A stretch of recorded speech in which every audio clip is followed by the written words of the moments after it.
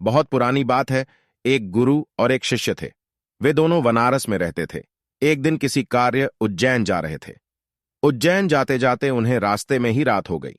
चारों ओर घना जंगल था और अंधेरी रात थी।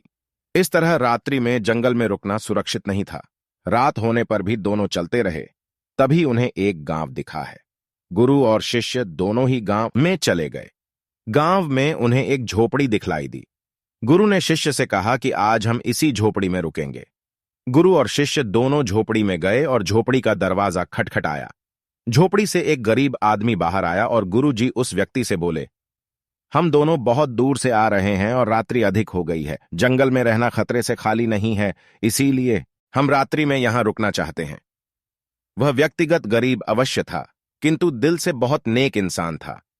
उसने सम्मानपूर्वक गुरु और शिष्य को झोपड़ी के अंदर बुलाया और उन्हें स्वादिष्ट भोजन करवाया और रात्रि में सोने के लिए बिस्तर भी लगा दिए।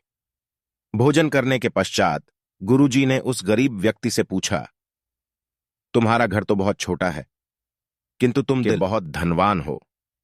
तुम्हारी रोजी रोटी का साधन क्या है? उस गरीब व्यक्ति ने गुरु के मुंह से अपनी प्रशंसा के लिए धन्यवाद दिया और बोला, मेरे पास इस गांव में सबसे अधिक जमीन है, किंतु वह जमीन बंजर है जिस पर किसी भी प्रकार की खेती संभव नहीं है। इसलिए मैंने अपनी रोजी रोटी पालन के लिए एक भैंस रखी है। उसी भैंस का दूध और घी बेचकर मैं अपनी रोजी रोटी चलाता हूं। उस व्यक्ति की बात गुरुजी को कुछ अजीब सी लगी, किंतु वह कुछ नहीं बोले और सोने चले गए।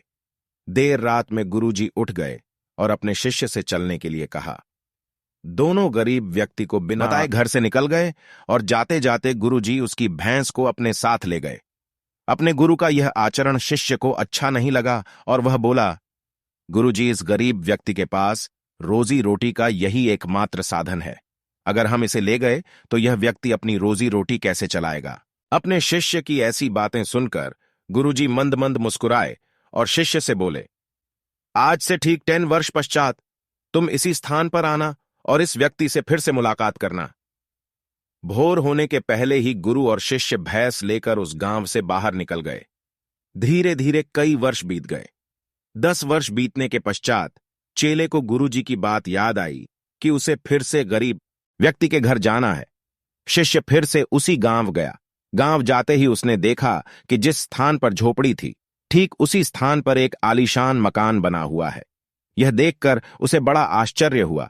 शिष्य मकान मालिक से मिलना चाहता था।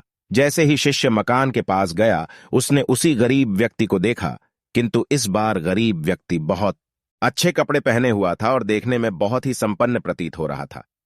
शिष्य उस व्यक्ति के पास पहुंचा और बोला, क्या आपने मुझे पहचाना? मैं वही बालक हूं जो आज से 10 वर्ष पहले रात्रि हो जाने के कारण अपने गुरुजी के साथ आपके घर रुका था।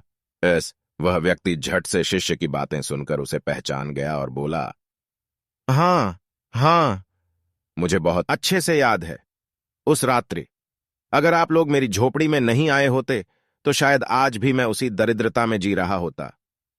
उस रात आपके जाने के बाद मेरी भैंस भी कहीं चली गई थी और मेरे रोजी रोटी के लाले पड़ गए थे।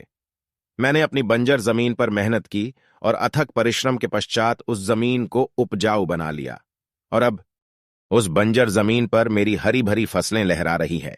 इसी जमीन की बदौलत मैं आज इस गांव का सबसे संपन्न किसान बन गया हूं। शिष्य को अब समझ में आया कि गुरुजी उस रात उस व्यक्ति की भैंस क्यों ले गए।